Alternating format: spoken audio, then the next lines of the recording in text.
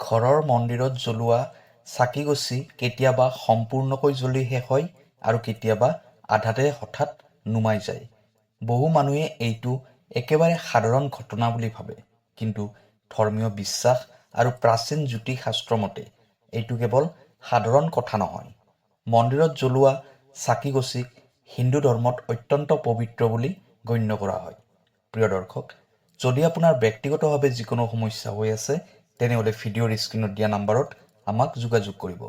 আমি আপোনাৰ সমস্যাসমূহ সমাধান কৰিবলৈ চেষ্টা কৰিম। ভিডিঅ'টো শ্বেয়াৰ কৰি দিব আৰু কমেণ্টত লিখিব জয় মা লক্ষ্মী। এতিয়া ভিডিঅ'ৰ পৰৱৰ্তী অংশলৈ যাওঁ।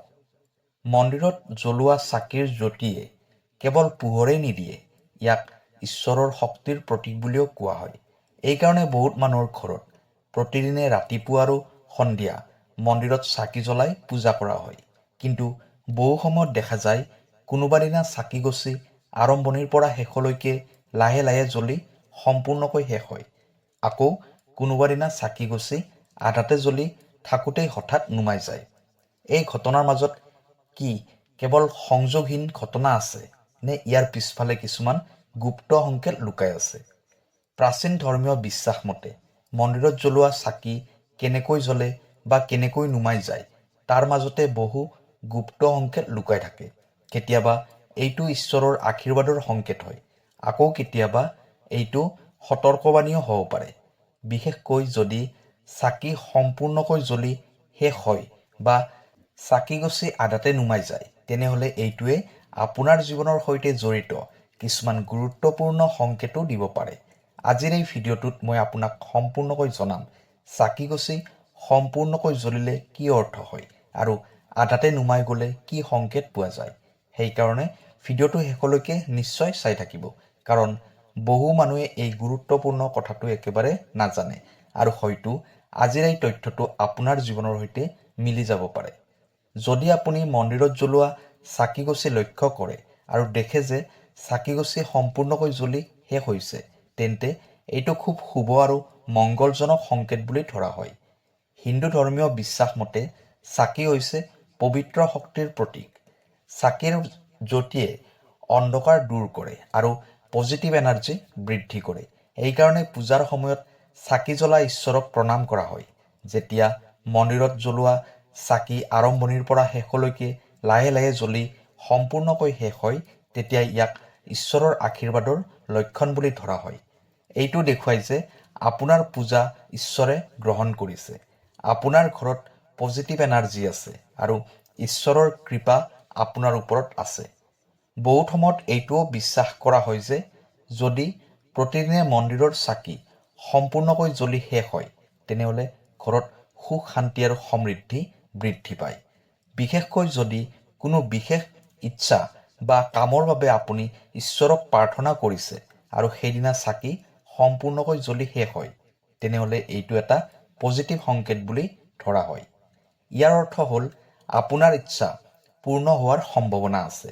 আৰু যদি আপুনি লক্ষ্য কৰে যে চাকি জ্বলাৰ সময়ত চাকিৰ জ্যোতি খুব স্থিৰ আৰু উজ্জ্বল থাকে, তেন্তে এইটোও খুব শুভ লক্ষণ বুলি গণ্য কৰা হয়।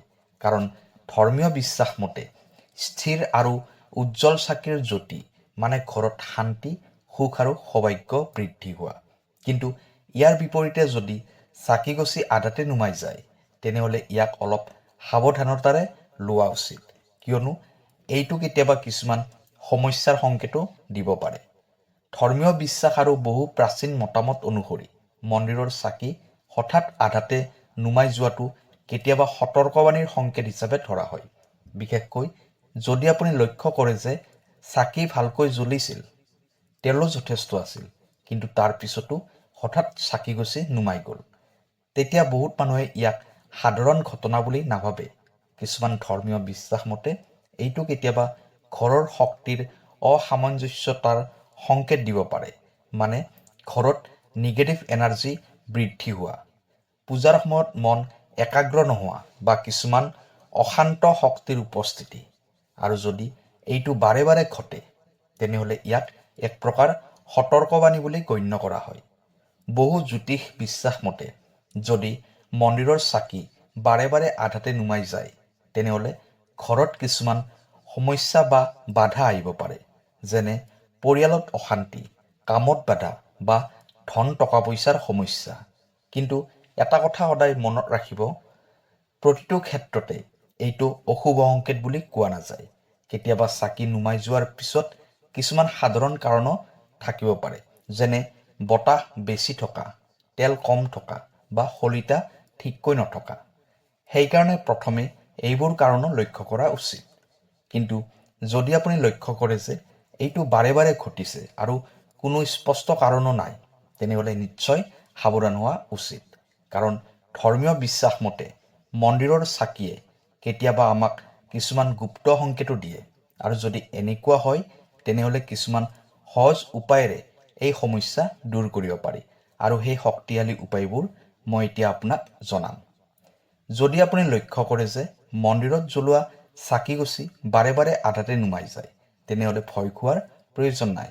কিছুমান সহজ আৰু পবিত্ৰ উপায় অনুসৰণ কৰিলে এই সমস্যাটো দূৰ কৰিব পাৰি। প্ৰথমতে এটা গুৰুত্বপূৰ্ণ কথা মনত ৰাখিব লাগিব। মন্দিৰ সদায় পৰিষ্কাৰ আৰু পবিত্ৰ হৈ থকা খুবেই প্ৰয়োজনীয়। যদি মন্দিৰৰ ঠাইখিনি অপৰিষ্কাৰ হৈ থাকে বা বহুদিন ধৰি ভালকৈ পৰিষ্কাৰ কৰা নহয়, তেনেহ'লে সেই ঠাইত পজিটিভ এনাৰ্জি কমি যায় বুলি বহু ধৰ্মীয় বিশ্বাসত কোৱা হয়। সেইকাৰণে প্ৰতিদিনে পূজা কৰাৰ আগতে মন্দিৰটো অলপ পানীৰে পৰিষ্কাৰ কৰি লোৱা উচিত। দ্বিতীয়তে, চাকি জ্বলোৱাৰ সময়ত শুদ্ধ তেল বা ঘিউ ব্যৱহাৰ কৰা উচিত। বিশেষকৈ তিলৰ তেল বা গৰুৰ ঘিউ ব্যৱহাৰ কৰিলে চাকিৰ পোহৰ স্থিৰ থাকে বুলি বিশ্বাস কৰা হয়। তৃতীয়তে, চাকি জ্বলোৱাৰ সময়ত ঈশ্বৰক মন একাগ্ৰ কৰি প্ৰাৰ্থনা কৰা উচিত। এই সময়ত আপুনি এটা সৰু কিন্তু শক্তিশালী মন্ত্ৰ উচ্চাৰণ কৰিব পাৰে। ওম দীপজ্যোতি নম। এই মন্ত্ৰটো 3 বাৰ বা 7 বাৰ ক'লে মন্দিৰৰ শক্তি অধিক পবিত্ৰ হয় বুলি বহু ধৰ্মীয় বিশ্বাসত কোৱা হয়। চতুৰ্থ উপায়, প্ৰতিদিনে সন্ধিয়া ধূপ জ্বলাই দিব। ধূপৰ সুগন্ধিয়ে ঘৰৰ ভিতৰত থকা নিগেটিভ এনাৰ্জি কমায় আৰু পজিটিভ এনাৰ্জি বৃদ্ধি কৰে বুলি বিশ্বাস কৰা হয়। পঞ্চম আৰু এটা গুৰুত্বপূৰ্ণ কথা, চাকি জ্বলোৱাৰ সময়ত চাকিগছি সদায় সঠিকভাৱে সজাই লোৱা উচিত। যদি চাকিগছি বেঁকা থাকে বা ঠিককৈ তেল নাথাকে, তেনেহ'লে চাকি সহজে নুমাই যাব পাৰে। এইবোৰ সৰু সৰু কথা লক্ষ্য কৰিলে মন্দিৰৰ চাকি সাধাৰণতে স্থিৰভাৱে জ্বলিব আৰু লাহে লাহে ঘৰৰ শক্তিও অধিক পবিত্ৰ আৰু পজিটিভ হৈ পৰে। মন্দিৰত জ্বলোৱা চাকি কেৱল এগছি সাধাৰণ চাকি নহয়। হিন্দু ধৰ্মীয় বিশ্বাস মতে এই চাকি হৈছে ঈশ্বৰৰ পবিত্ৰ শক্তিৰ প্ৰতীক। এই চাকিৰ পোহৰে অন্ধকাৰ দূৰ কৰে আৰু জীৱনত পোহৰ আনে বুলি বিশ্বাস কৰা হয়। সেইকাৰণে বহুত ঘৰত প্ৰতিদিনে ৰাতিপুৱা আৰু সন্ধিয়া মন্দিৰত চাকি জ্বলাই পূজা কৰা হয়। কিন্তু বহুত মানুহে এটা গুৰুত্বপূৰ্ণ কথাত লক্ষ্য নকৰে, চাকি কেনেকৈ জ্বলে আৰু কেনেকৈ নুমাই যায়। তাৰ মাজত কেতিয়াবা গুপ্ত সংকেত লুকাই থাকে। যদি আপুনি লক্ষ্য কৰে যে মন্দিৰত জ্বলোৱা চাকিগছি প্ৰতিদিনে সম্পূৰ্ণকৈ জ্বলি শেষ হয়, তেনেহ'লে এইটো এটা খুব শুভ সংকেত বুলি গণ্য কৰা হয়।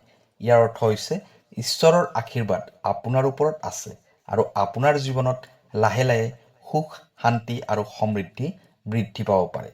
কিন্তু যদি চাকি বাৰে বাৰে আধাতে নুমাই যায়, তেন্তে এইটো অলপ সাৱধান হোৱাৰ সংকেতো হ'ব পাৰে।